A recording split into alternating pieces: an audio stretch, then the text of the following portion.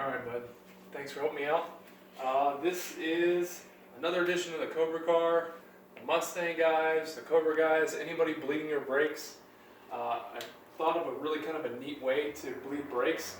If you come over here.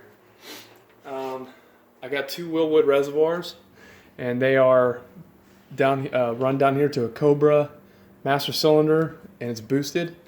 And so this is a brand new system, so the fluid, no matter how much I pumped, this fluid wasn't coming out of this reservoir. So because there's air in the line and there's a you have to have some fluid in there before the pump will flow, otherwise you have kind of like a airlock. Come down here. I've got this little kit from like AutoZone. It's just a little tube and a little bottle with a magnet on it, and it has a nipple on it. And if you can catch that, it's kind of dark down here. We're doing this late at night, and then there's just this little nipple that comes with it. So I just use there's a way to set it up so you can bleed two at once, but I'm just using the one. And so what I've done is, on this side of the car, these are 13-inch Cobra brakes. This will work for any car. Honda, this came off the Mustang. This is a Cobra kit car. No matter what you're doing, you can take a shop vac. Can you get that in there? All right, I got a regular old shop vac, just a couple of horsepower, nothing fancy.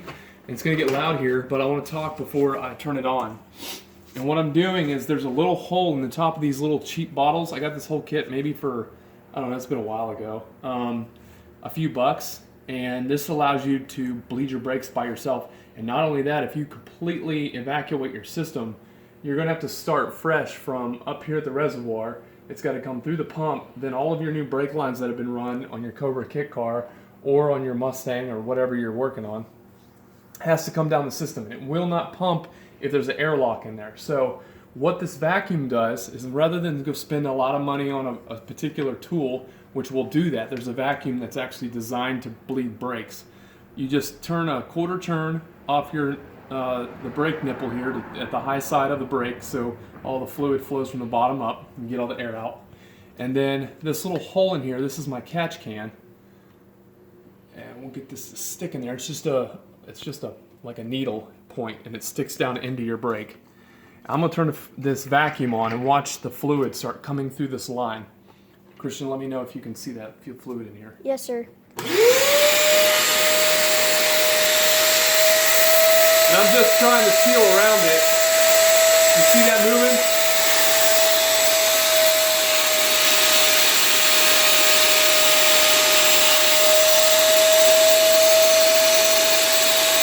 So it's catching in the can. You see it filling up. And as I'm doing that, it's getting more and more air out.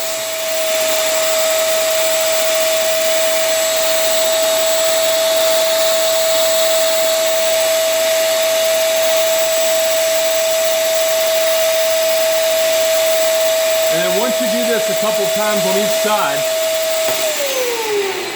all right. So your shop vac will double as a vacuum pump for your brake fluid. You can see now I have a little fluid in there. You see that shaking around? So if you watch now that I have fluid moving, I have it through the system. The right side's done. Now I'm doing the driver's side. Once I start pumping the brake, you'll see. Get back on the fluid here. I'm just gonna pump the brake. Okay. Now you can see there's full fluid flow. And as I pump it once, twice, 3 times, the air's out now. Now you got a solid line, and it's filling that little cup up. And guess what? Now my front brakes are done. This car and all Mustangs, come up here. All Mustangs, I don't know about Hondas and other cars, but this whole system works for anything. But this Mustang brake booster out of a Cobra, this has a front, on this Bendix, it has a front pump and a rear pump. It's separated. So if the front brakes go out, you have rear brakes. If you have the rear brakes go out, it has front brakes. So the key to that is I've got both systems ran separately. So now that I've got one reservoir done and the front brakes are complete, I can cap that and move to the rear, start the whole process over on the rear. Come back here, bud. That's a dual piston. That actually took a little longer. But on this single piston, come down there. You kind of get in there. there's another nipple back here at the top, and it's always going to be at the top of the piston, and that's going to allow the air to escape out the top. And then once you get a solid fluid fill, pump your brakes, several times so you get all the air out of the line. That's what that little clear plastic piece gives you. And then your brakes are bled. Start with the front and then do the rears. Then you have a redundant system. It happens to be the same way for a Mustang. The differential block actually keeps it separate, but it's there to, in a Mustang, it's there to, if it offsets to one side or the other, you get a brake light or a check engine light, because those two sides of that piston and that distributor will actually move left or right, and then move the camera button, and it'll throw a check engine light.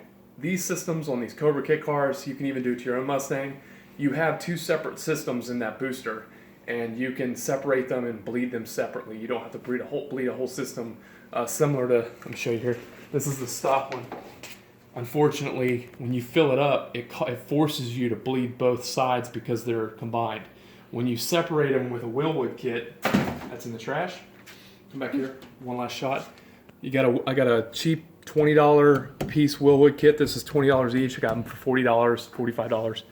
And Wilwood brand, and then they're feeding this pump down here, and that's it. It's as simple as that. Now I think with a shop vac and some cheap tools from AutoZone, you can bleed your own brakes and be done with it in an afternoon. It took me 10 minutes to do that with the shop vac, but I sat there and tried to pump that thing for 10 minutes.